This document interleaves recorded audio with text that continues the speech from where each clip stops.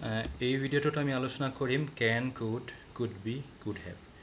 বহুতৰ খেলিমেলি হয় যে কেতিয়া can ব্যৱহাৰ কৰিম, কেতিয়া could be, could have কেতিয়া হ'ব। এই ভিডিঅ'টোৱে মই আশা কৰোঁ আটাইবোৰ খোকোজা ক্লিয়াৰ কৰি দিব।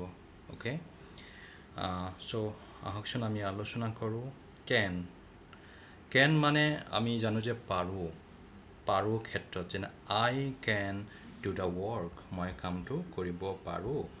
I can do the work, মই কামটো কৰিব পাৰোঁ ধৰণৰ যদি বাক্য কওঁ পাৰোঁ, য'ত মানে অসমীয়া শব্দ পাৰোঁ বিশেষকৈ জড়িত হৈ থাকে, তেনে শব্দবোৰ can ব্যৱহাৰ হয়। I can see the bird, okay, the bird is flying on the sky, I can see. এতিয়া বৰ্তমান যেতিয়া আমি can কওঁ তেতিয়া নাও হয়, মানে বৰ্তমানৰ বাক্য I can see the bird, it's flying. I can do the work if you want. তুমি বিচাৰিলে মই কামটো কৰিব পাৰোঁ, কেতিয়া পাৰোঁ, এতিয়া পাৰোঁ। অ'কে, তো আমি পাৰোঁ মানে can মানে চিধা পাৰোঁ বুলি আমি ধৰি ল'ম, আৰু কেতিয়া পাৰোঁ, বৰ্তমানত পাৰোঁ। অ'কে, তাৰ পাছত could মানে couldৰ বহুতকেইটা ভাগ আছে। couldৰ প্ৰথম ভাগটো আছে যেতিয়া আমি পাষ্টৰ কাৰণে আমি জানো যে can, could, canৰ past tense could, অ'কে। চ' পাৰিছিলোঁ বুজাবৰ কাৰণে আমি কেতিয়াবা could ব্যৱহাৰ কৰিম, যেনেকৈ মানে when I was in Himalaya, I could see the mountain from my bed.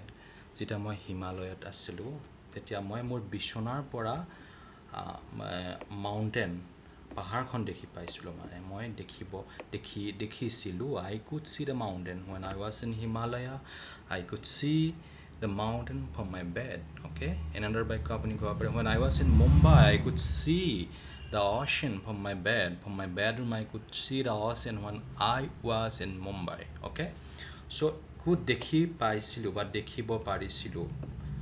I could see, I could. Okay, so ইয়াতে past tenseত couldৰ যিটো couldটো past tenseৰ হিচাপেহে ব্যৱহাৰ হৈছে। অ'কে, couldৰ ছেকেণ্ড পাৰ্টটো হৈছে অনুৰোধ সূচক। কেতিয়াবা আমি কওঁ যে could you please give me a glass of water? Okay, could you please give me a glass of water? এটা প্ৰশ্নবোধক চিন আহি যাব। could you please give me, আপুনি মোক এগিলাচ পানী দিব পাৰেনে অনুগ্ৰহ কৰি। could you do me a favor? আমি কেতিয়াবা কেনো ব্যৱহাৰ কৰোঁ, could you do me a favor? Okay, এইটো অনুৰোধ হিচাপে মানে অনুৰোধ সূচক বাক্য হিচাপে couldৰ ব্যৱহাৰ হৈছে। অ'কে, couldৰ আমি তৃতীয় উদাহৰণটো চাম ফিউচাৰ আৰু এডভাইচ উপদেশ দিবৰ কাৰণে। চাব দেই, বস্তুটো ফিউচাৰৰ হয়। এনেকুৱা বাক্য অকণমান কঠিন হয় বুজাৰ কাৰণে। এই বাক্যটো আমি চাওঁ what shall we do two night. We could go' for a movie. আজি ৰাতি আমি কি কৰিম, আমি দেখোন মুভি চাব যাব পাৰোঁ। We could go' for a movie. What shall we do tonight, আজি ৰাতি আমি কি কৰিম, we could go' for a movie, আমি মুভি চাব যাব পাৰোঁ দেখোন মানে। অ'কে, এইটো উপদেশ সূচক বাক্য হিচাপে ব্যৱহাৰ হৈছে। অ'কে, ছেকেণ্ড বাক্যটো হৈছে when you will go' to Paris. Paris শব্দটো এতিয়া ভুল হৈছে বানানটো, পেৰিছ নেক্সট মান্থ, এইটো পেৰিছ হুৱেন ইউ PARIS হ'ব। When you go' to Paris next month, you could stay with Gita. যেতিয়া তুমি নেক্সট মাহত পেৰিছলৈ যাবা বা মুম্বাইত যাবা বা US যাবা, তুমি দেখোন গীতাৰ লগত থাকিব পাৰা।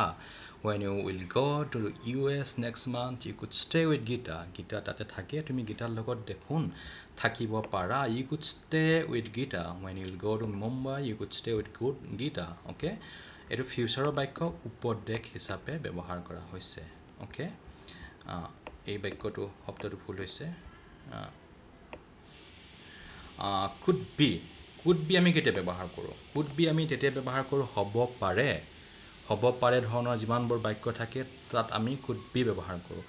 my phone is ringing, my phone is ringing, it could be my brother, it could be Gita, it could be my mom, my phone is ringing. Okay, হ'ব পাৰে, যিমানবোৰ বাক্য আমি হ'ব পাৰে অনুমান কৰোঁ, ইমাজিন কৰোঁ যে হ'ব পাৰে ধৰণৰ বাক্য, চবতে আহিবা could be, it could be my brother. Okay, my phone is ringing, it could be my brother.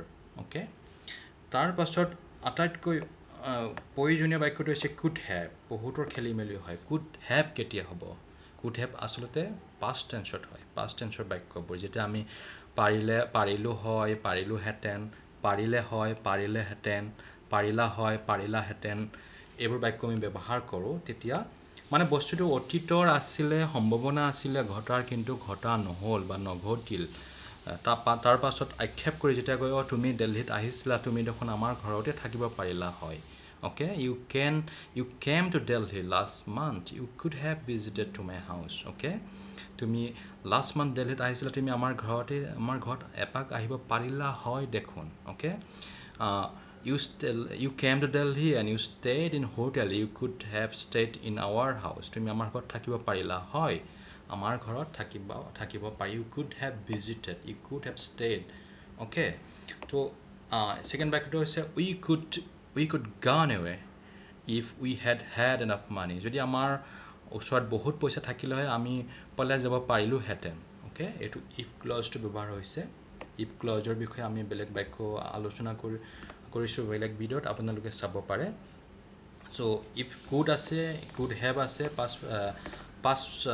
past perfect আছে গতিকে ইয়াতে এই বাক্যটো past perfect আছে okay so if you had studied hard you could have passed এই বাক্যটোৰো if clause ব্যৱহাৰ হৈছে if you had studied hard you could have passed যদি তুমি ভালকে পঢ়িলা হয় তুমি পাস কৰিব পাৰিলাহেঁতেন তুমি ভালকে পঢ়িলা হয় তুমি ভালদৰে পাস কৰিব পাৰিলাহেঁতেন গতিকে আমি could have যেতিয়া অতীতৰ বাক্য পাৰিলাহেঁতেন কৰিলাহেঁতেন এইবোৰ বাক্যত আমি কেৱল could have ব্যৱহাৰ কৰোঁ okay so মই আশা কৰোঁ এই ভিডিঅ'টোৱে গোটেইখিনি খেলিমেলি আপোনালোকৰ দূৰ কৰিব কিবা যদি খোকোজা আছে কমেন্ট বক্সত ক'ব পাৰে আৰু ভিডিঅ'টো যদি ভাল লাগিছে আপোনালোকে শ্বেয়াৰ কৰিব পাৰে ষ্টুডেন্ট থাকিলে বিশেষকৈ আৰু কোনোবা যদি ষ্টুডেন্ট নহয় সেইজনক নকৰিব যি ষ্টুডেন্ট থাকে যি ইন্টাৰেষ্টেড হয় তাকহে কৰিব okay so আজিলৈ ইমানে thank you